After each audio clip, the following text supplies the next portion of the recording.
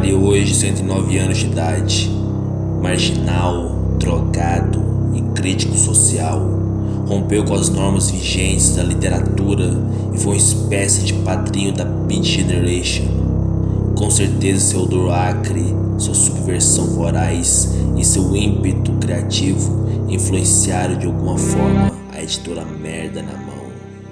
Um salve para todos os desajustados sociais. Foda-se essa sociedade careta e reacionária.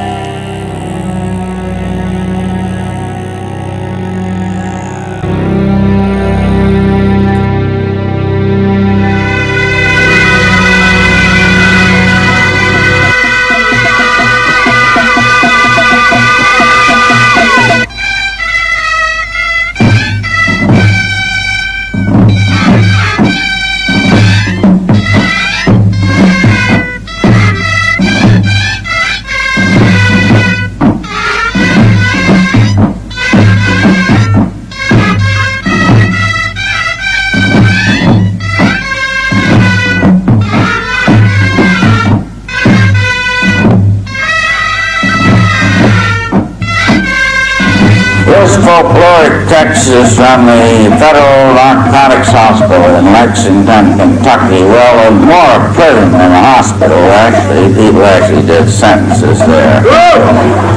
There is an exclusive wing of Lexington reserved for the do-rights, who are considered good rehabilitation prospects that get better rooms and more medication. A do-right always shows up with letters from his employer and congressman, pictures of himself as an Eagle Scout shaking hands with a priest. The doctor walks into the ward. Really warm in here. As one man, the do-rights break out in a sweat and rush around opening windows. A bit cold in here, isn't it? Immediately, the do-rights see their breath in the air, snatch blankets and bundle themselves up to a chorus of chattering teeth. Rubbed off his brown-nosed think to the bone. Doctor, when I die, I want to be buried right in the same coffin with you. You're the finest, the most decent, the most deeply humane man I've ever known. I'm putting you down for additional medication, son. Thank you, doctor. Pushers should receive the death penalty. It's the old army game from here to eternity. Get there first just with the brownest nose. While down the dim gray wards and day rooms where the do-wrongs hawk and spit and shiver and vomit, fucking broker wouldn't give me a goat bowl. Ask me what the American flag means to me and I tell him suck it in heroin, doc, and I'll suck it. He says I got the wrong attitude. I should see the chaplain get straight with Jesus. And then with the tears streaming down their lousy pink faces, the do-rights leap up as one man and bellow out the Star-Spangled Banner. I want to ask you, William, what made you become a writer? I'm referring to your remark in the preface to Queer, where you said that your wife Joan's death had played an important part in your decision to say, I have to go into writing now. Yes, but excuse me, it's never, I don't think it's a conscious decision at all until you've really committed yourself. Someone asked Genet when he started to write, and he said at birth. Mm-hmm. Now that doesn't mean that there's something particular in the chromosomes of a writer, but it does mean that all his experience is focused in that direction long before he puts pen to paper or sits down to typewriter. Mm-hmm. And you'll remember that something that happened years ago, and that will fit right into what I'm writing now.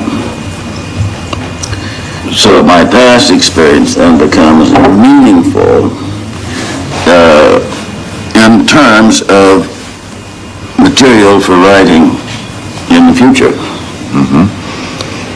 But I was comparatively late. You see, I wrote Junkie at the age of 35, and it was published in 1963. Publication is, I think, very important to a writer. If I hadn't succeeded in publishing Junkie, I might just have given up writing.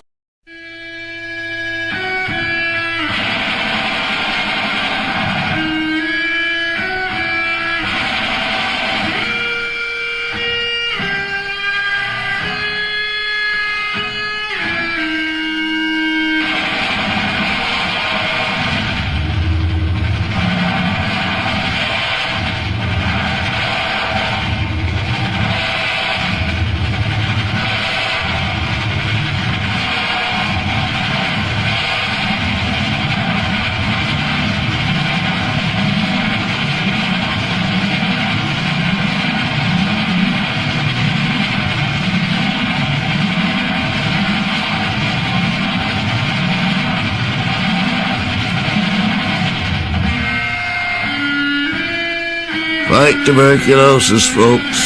Christmas Eve, an old junkie selling Christmas seals on North Park Street. The priest, they called him.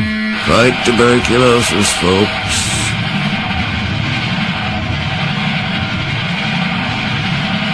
People hurried by, gray shadows on a distant wall.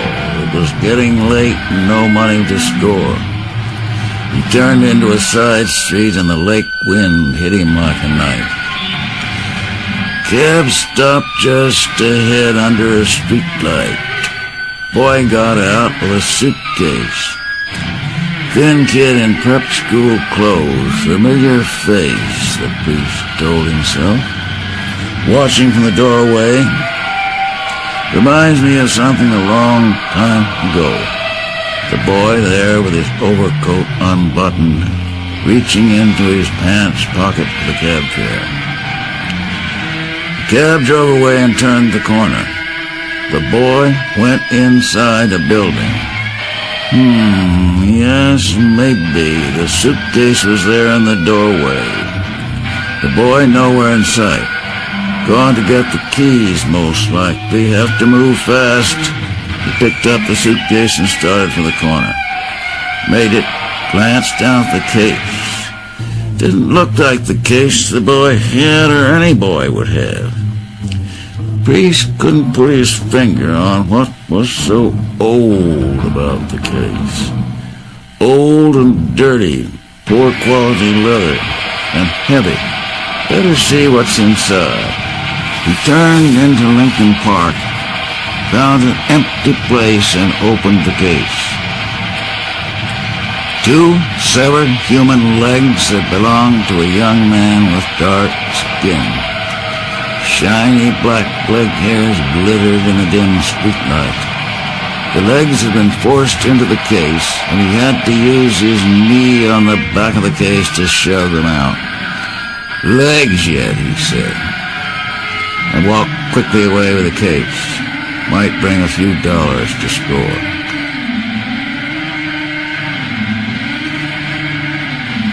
The buyer sniffed suspiciously. Kind of funny smell about it. Is this Mexican leather? He shrugged. Well, some joker didn't cure it. The buyer looks at the case with cold disfavor. Not even right sure he killed it, whatever it is. 3 is the best I can do and it hurts. But since this is Christmas and you're the priest, he slipped 3 notes under the table into the priest's dirty hand.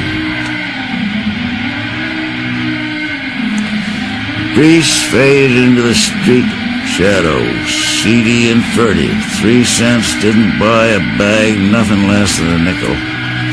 Say, remember that old Auntie Coker told me not to come back unless I paid him the 3 cents I owe? Isn't that a fruit for you? Blow his stack about 3 lousy cents. The doctor was not pleased to see him. Now, what do you want? I told you. The priest laid 3 bills on the table. The doctor put the money in his pocket and started to scream. "I've had trouble! People have been around! I may lose my license!" The priest just sat there, eyes old and heavy with years of junk on the doctor's face. "I can't write you a prescription." The doctor jerked open a drawer and slid an ampule across the table. "That's all I have in the office." The doctor stood up. "Take it and get out!" he screamed, hysterical. The priest's expression did not change. The doctor added in quieter tones, "After all, I'm a professional man, and I shouldn't be bothered by people like you. Is that all you have for me? 1 lousy quarter G? Couldn't you lend me a nickel? Get out, get out! I'll call the police, I tell you." "All right, doctor, I'm going."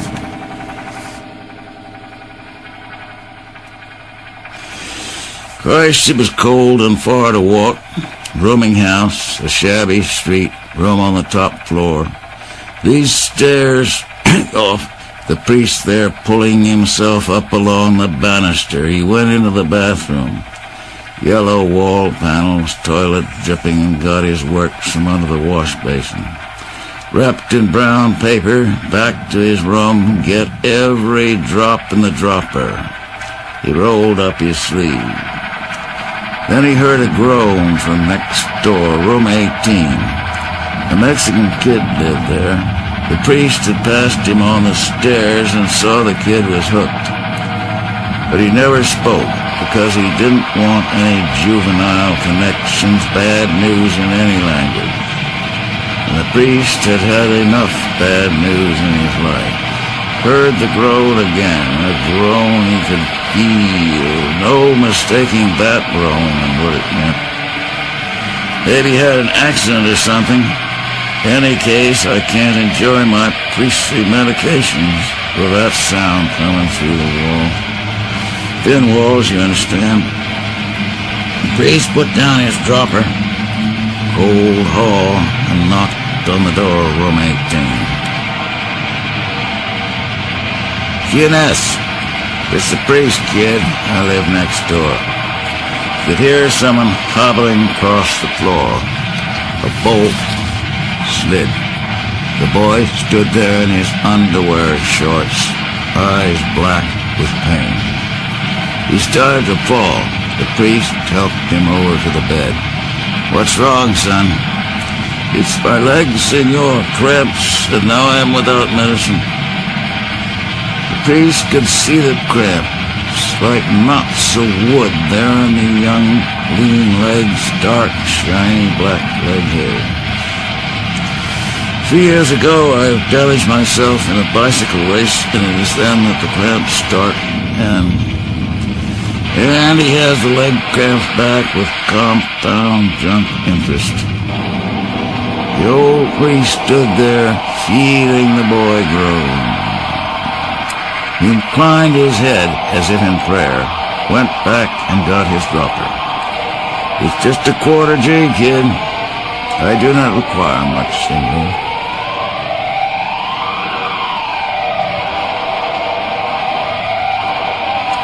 The boy was sleeping when the priest left room 18. He went back to his room and sat down on the bed. Then it hit him like heavy, silent snow. All the gray junk yesterdays. He sat there and received the immaculate fix. And since he was himself a priest, there was no need to call one.